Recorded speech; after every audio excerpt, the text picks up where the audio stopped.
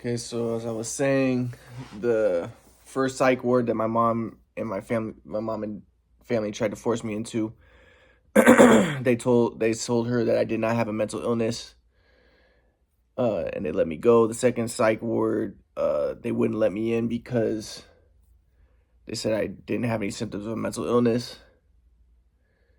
Then my mom tried to force me in again because, like I said, she made me be on the streets. She said unless I took medicine, then she wouldn't give me a place to stay. Now, like I said, I talked to my grandpa, and I wanted him to give me a place to stay, but he was like, "No, you have to be independent." So again, my grandpa's whole thing is like no welfare, independence, work hard, but the thing was, I discovered a theory of everything. I needed help. And also, it would have been very helpful if people would have helped me get my basketball videos if my mom and dad would just talk to me. But my mom and dad interpret, like I said, my grandpa's teachings mess up everything in a lot of ways because they misinterpret it. So my mom and dad thought, oh, if his grandpa teaches that if you're in the flow, you never talk about the past. No, he's talking about like don't talk about negative stuff about the past, like being abused and stuff, which they didn't want me to do. But and I didn't, and I never did. But my grandpa said that me wanting the basketball videos was not a problem, but my mom and dad didn't know that.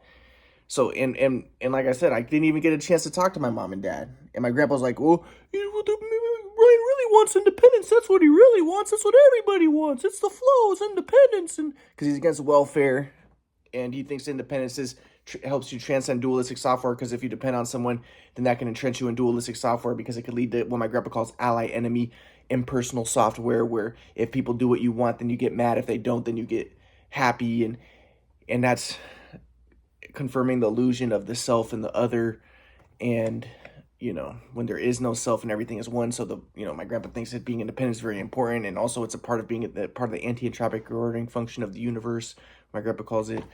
So anyways, so my parents were like, okay, make him independent. So no, don't talk to him. But they misinterpreted my grandpa, and plus my mom completely misinterpreted it because she's like, yeah, Ryan, you need to take medicine and you need to be on Social Security because you have schizophrenia. And that's exactly the opposite of what my grandpa teaches. My grandpa's whole thing is like independence and welfare is negative because it leads to resentment and it's predator-prey software. So my grandpa even says, like, my mom was utilizing predator-prey software. He would say that my mom wanting me to be on Social Security is predator-prey software especially because then you're depending on the state and then you're taking money from other people, and that's basically being parasitic. But that's what my mom wanted. She's like, you need to get on Social Security. So, because you have schizophrenia.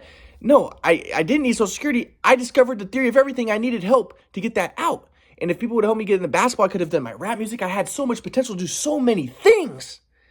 But, in my grandpa's attempt to make me independent, make him independent, my mom and dad had misinterpreted that. Just everything spiraled out of control. And the other thing was I needed to talk to my dad. If I could talk to my dad about the shoot away machine and we can move on, but he wouldn't talk to me. And my mom's like, he's never going to talk to you. I'm talking to her on the phone. Like I said, my mom wouldn't even see me. My dad wouldn't even see me. I'm talking to my mom on the phone. She says, he's never going to talk to you. He hates you. Don't you remember how you treated him? And I want to tell him, no, yes, I know that was tragic what happened in high school. But I wanted them to know. It was a shoot away machine, and really, my dad told me to do the wrong thing, and I want to show them. I want to show my dad the videos. I want to show dad how good shooters shoot and what I know now. And at that time, I still was shooting wrong, like I said, but at least I knew that the shoot had messed up my shot because of how I was picking the ball off the rack and how I was stepping into it, and I'll show videos of that. But, yeah, I'll show videos of, like me, myself in the 9th grade, and how the shoot away messed up my shot, and that deteriorated everything, and it led to abuse, But I'll get into that, So at this point, I was homeless, and I needed a place to stay, so I went to my grandma's place again. But then my mom and dad come to my grandma's place, and then they kicked me out again. So, this, like I said, I hadn't even seen my mom and dad, but this is like the last time I'd seen my mom and dad, and it's still the last time I really saw them, except for one time when I traveled all the way to Texas to try to see them. But that's another story. But I still only saw them for like 2 seconds. But this was the last time I really interacted with my mom and dad. And my mom and dad came to my grandma's house. My dad kicked me out, and I was standing outside, and my dad was like, you need to go to the psych ward and start taking medicine. And I'm like, dude, I don't have a mental illness. But he's like, you need to go there. And then my dad was making fun of me because I developed a new twitch where I would crunch my stomach. And my dad started making fun of me, and my mom was like, isn't he so ugly? Look at him. Isn't he fucking terrible? I can't believe I have a schizophrenic son. I'm like, dude, I don't have schizophrenia. And my grandpa's like, yeah, your mom and dad are very immature, But he wouldn't say they are immature. He would say that they're expressing immaturity because that's not what they are. They're just ignoring he says they're ignoring their higher wisdom and, but because they are not that, because if you are, there is no person, so they cannot be immature and, whatever. But, so my grandpa's like, my grandpa says that they were expressing immaturity and that they're expressing dualistic software, predator-prey software toward me. But anyways, they were like, you need to go to the psych ward and you need to go to a psychiatrist and start taking medicine. And I'm like, and then my dad was like, well, you're not going to stay at your grandma's house. We're not going to give you, my mom was like, we're not going to give you a place to stay unless you start taking medicine. So then I was just like, my dad was like, well, good luck on the streets of Killer, California, because no, you're not going to be allowed at your grandma's house. No one's going to give you a place to stay. So he's like, good luck on the streets of Killer, California. So I was like, okay, whatever. So then I just went back to the streets, and I was just like walking down the street, and like I said, now at this point I become a fascist. I was a right winger, and because I started becoming, my whole life I was a communist Marxist, but then I started becoming a right winger. My whole life I was anti-white, and then I started becoming pro-white. That's essentially what happened. And then I'm just like walking, and then and then I went to people's house, and I was like, my mom and dad said if I start taking medicine, then they'll give me a place to stay. So I told the people that I was suicidal, which I wasn't, and I told them to bring me to the psych ward. Hey, have the police come and bring me to the psych ward so I can talk to the psychiatrist and tell him to tell my parents I don't have a mental illness. So the police came, they took me to the psych ward, and they weren't going to let me in. But this time I just told them, I'm suicidal, let me in. Because remember the first time they said I wouldn't let me in and they said, unless you're suicidal. So I was like, okay, I'm suicidal, but I wasn't. And then so they let me in, they put me on a 5150, and I started talking to the psychiatrist, and I'm telling him about my situation. I'm like, can you talk to my parents and tell them I don't have a mental illness? And he said that I had to sign a sheet that gives him permission to talk to my parents and stuff. But I was like, well, can you do it when I'm out of here? Because I don't want them to talk to him while I'm in there, because I knew that they would probably try something. But he was like, well, he said, I can't really help you too much because, but we'll let you out the next day. So they're going to let me out. But then I called I was talking to my mom, I was talking to my grandma on the phone. And my grandma told me, your mom says that if you don't let her talk to the psychiatrist, she's going to break your basketball DVDs. So these were the basketball DVDs I had left. So, and I hadn't put them on YouTube yet at this point. So I was like, I remember my heart sank. Like I felt the most immense pain and terror I've ever felt, because all I cared about was the basketball videos, my basketball DVDs, and I wanted to study them and stuff. And at that time I still hadn't, figured out the swag flow, and I'm still trying to figure it out. I still want more basketball videos. But at that point I was like, okay, that would have destroyed my whole life. That would have destroyed my whole life if they would have destroyed them. And I already lost 30 of them, or at least 30. So I was just like, so I said, okay, Grandma, do not let her hurt the basketball videos. And she was like, well, you have to let your mom and dad talk to the doctor, or else she said she's going to break them all and destroy them, which she might have. I don't know. My mom might be that crazy to do that. So, so then I just wanted to talk to my mom and dad. If they just would have talked to me, if they could just talk to me and let me explain things. And I want to show my dad about the shoot away machine. I want to show, and I want to move on, but they won't talk to me. They won't move on. And so then my mom and dad talked to the doctor. They told him about the Quadrimal. They told him that they thought I was schizophrenic and stuff. And then the doctor talked to me, and the doctor said, okay, well, we'll put you on medicine. And I was like, no, I don't have schizophrenia. It was like, well, you may be in the beginning stages of schizophrenia. Yeah, obviously. I was like, dude, I don't have delusions. I'm not seeing things. I don't have hallucinations. I don't have schizophrenia, you fucking retarded motherfucker. If I ever fucking find that doctor, dude. But, he's like, he said, well, you might be in the beginning stages. And even my grandpa said that he did something really wrong. He said, my grandpa was like, I'll get into this. But so I called my grandpa when I'm in there. So the doctor's like, you'll talk to the judge and we'll see if you're going to put you on medicine. So then my grandpa was like, I called my grandpa and I was like, Grandpa, can you get me out of here? And my grandpa said, well, this is a consequence of not being independent. And I was like, Grandpa, I'm in a psych ward. They're going to give me really dangerous medicine. Can you get me out of here? My grandpa's like, well, nope, this is a consequence of not being independent. I was like, Grandpa, let me talk to Grandma. He was like, nope. And he hung up. But later my grandpa would tell me that he didn't believe me, he thought that I was just lying to him to get him to pick me up from somewhere. He said, and because he said, how could they have thought you had schizophrenia? He said, you didn't have any symptoms of schizophrenia. This is what my grandpa said. My grandpa's a PhD in psychology. So he was like, you didn't have any symptoms of that. And I was like, yeah, I know I didn't. It's retarded. And it was because my mom and dad basically forced the doctor to do this, and out of blackmail, because they wouldn't have even talked to the doctor unless they were blackmailing me that they're going to break my basketball DVDs, which they did. So this is really evil stuff, dude. This is really evil what happened to me. Really evil, really sinister. And, people have to pay for that. If that doctor should really pay bad for that. He should be sued. And I ended up suing Risperdal for $25,000 because I ended up getting gynecomastia and everything from the shot they gave me. So anyways, I'll get to that. So the doctor had me talk to the judge, and the judge was a Jewish lady. So the judge was like, well, the doctor says you have schizophrenia. And my friend Noah had told me that this is what they do in the psych wards. He says that it's basically a kangaroo trial. And I was like, I don't have schizophrenia. And she says, well, that's what the doctor says. And I was like, well, yeah, but I don't. She was like, well, you have anosognosia. That's if you have a disease, you're not able to know you have the disease because of the disease. And I was like, no, I just don't have schizophrenia, you idiot. I didn't say that though, but I was just like, no, I don't have schizophrenia. It's a kangaroo trial. Evil, dude, really evil. So then she was like, well, why are you against taking the medicine? And I said, well, it's against my religion. Because I read a thing that said, if it's against your religion to take the medicine, they can't make you take the medicine. She's like, what religion? I said, Judaism. And then she says, oh, I'm Jewish. And there is nothing in Judaism that says that you cannot take medicine. And I'm like, yes, Judaism is against forcing people who do not have a mental illness to take medicine. I'm like, this is against my religion. And she's like, no, it's not. And then so she demanded I take the medicine. So then I told the doctor, when I left, I was like, I'm still not going to take the medicine. You guys are going to have to give me a shot or whatever. And you're going to have to force me against my will. And it's not going to be pretty, But then the doctor was like, well, okay, we'll do it this way. How about you just take a shot and we'll let you out of here. But I didn't know he was going to give me a long-acting injectable.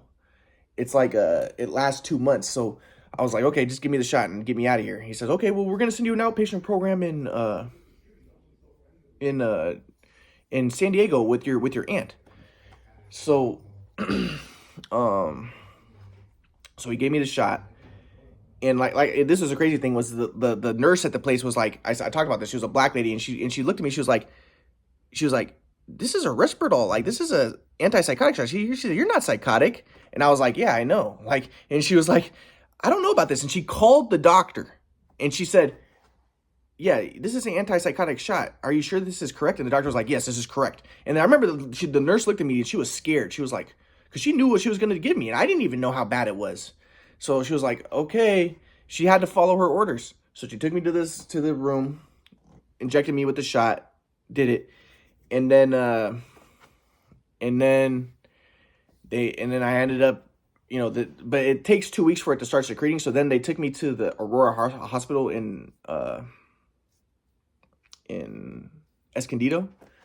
Or no, it's in the San Diego area, but because I was going to stay with my aunt. But my aunt was saying that I had to go there. So it doesn't start secreting until 2 weeks after the injection because it has this little microsphere thing. It starts secreting 2 weeks after. So I wasn't feeling anything at this point. So they take me to the Tri-City Medical, or I think it was Tri-City Medical Center. I think that's what it was called. And then they were going to put me in there. But the doctors said, they examined me and they said, he doesn't have any symptoms of a mental illness. We're not going to take him. And then my aunt started to flip out. He's mentally ill. He has schizophrenia. She's like my mom. They're both crazy. So she's like, he's schizophrenia. He's mentally ill. You guys can't see that. Oh my God. Ah!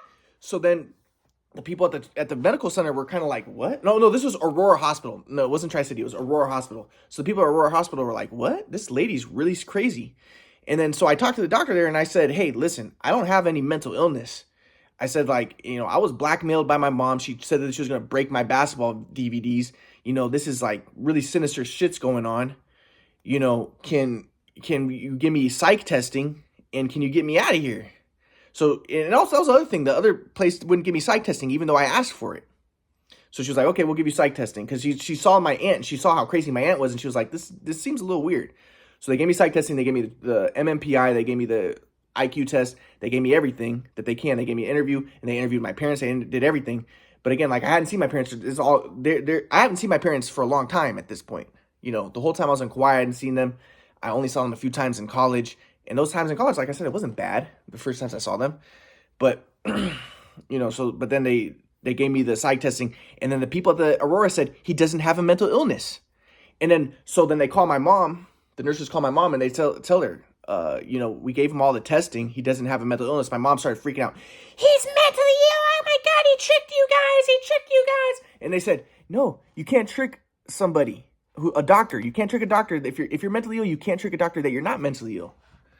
So then, and they told my mom that they thought that she had a mental illness. So, and they recommended that she take medicine, but they said that I don't have a mental illness. So, and they told her that she has to stop trying to force me to take medicine. But this is the thing. So my mom was like, he needs to take medicine. He's schizophrenic. He needs to be on Social Security. And then that raised a red flag. And they were like, what? Oh, so you weren't trying to make him get on Social Security? And they said, like, that's really bad stuff if you're trying to manipulate someone into the psych wards in order to get them on Social Security so you can get money from it, basically. So they're like, now this is really serious. And then my mom was like, he's mentally ill. Like my mom really believed it. And these are doctors telling her, no, he's not mentally ill. The doctor said he's not mentally ill. Get it through your head. But my mom wouldn't listen to them. So then, so then my mom was like, I just want him out of my fucking life. I don't know if she said fucking because she's talking to the people, but I just want him out of my life. I just want him to be independent. I just want him out of my life. And then this is an interesting thing. Then the nurse was like, whoa, how can you talk about your son like that? And my mom was like taken aback because she's on the phone. But I can know my mom's taken aback because her whole life, this whole time, she's thinking that she's doing what my grandpa taught. My grandpa's a psychologist. His grandpa teaches independence. So she's like, what? And she doesn't realize that. Yeah, and so then the nurses explained it perfectly. They're like, listen, if you talk about your son like you want him out of your life, then it's going to have really negative effects on him, and he's going to try to get you in his life.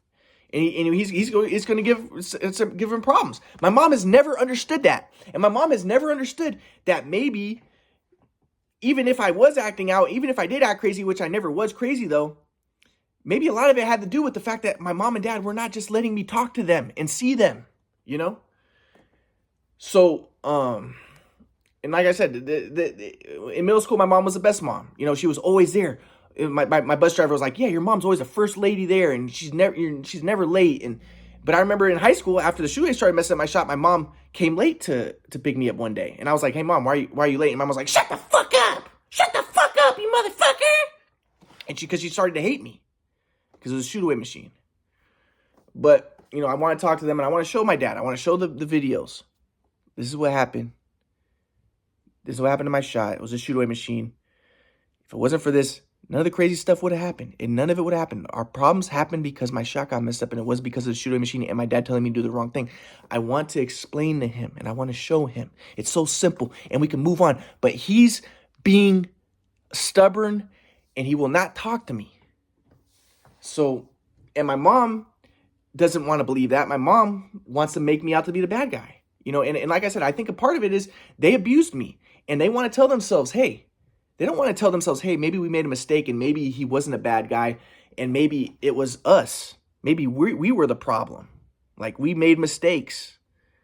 We messed up. And yeah, obviously I wasn't perfect, but I was a kid. I was in high school, And that's the thing that I'm going to get to this later, but my grandpa always wanted to make me the bad guy. But dude, I was a kid. I was in high school. And he didn't know about the shoot away machine.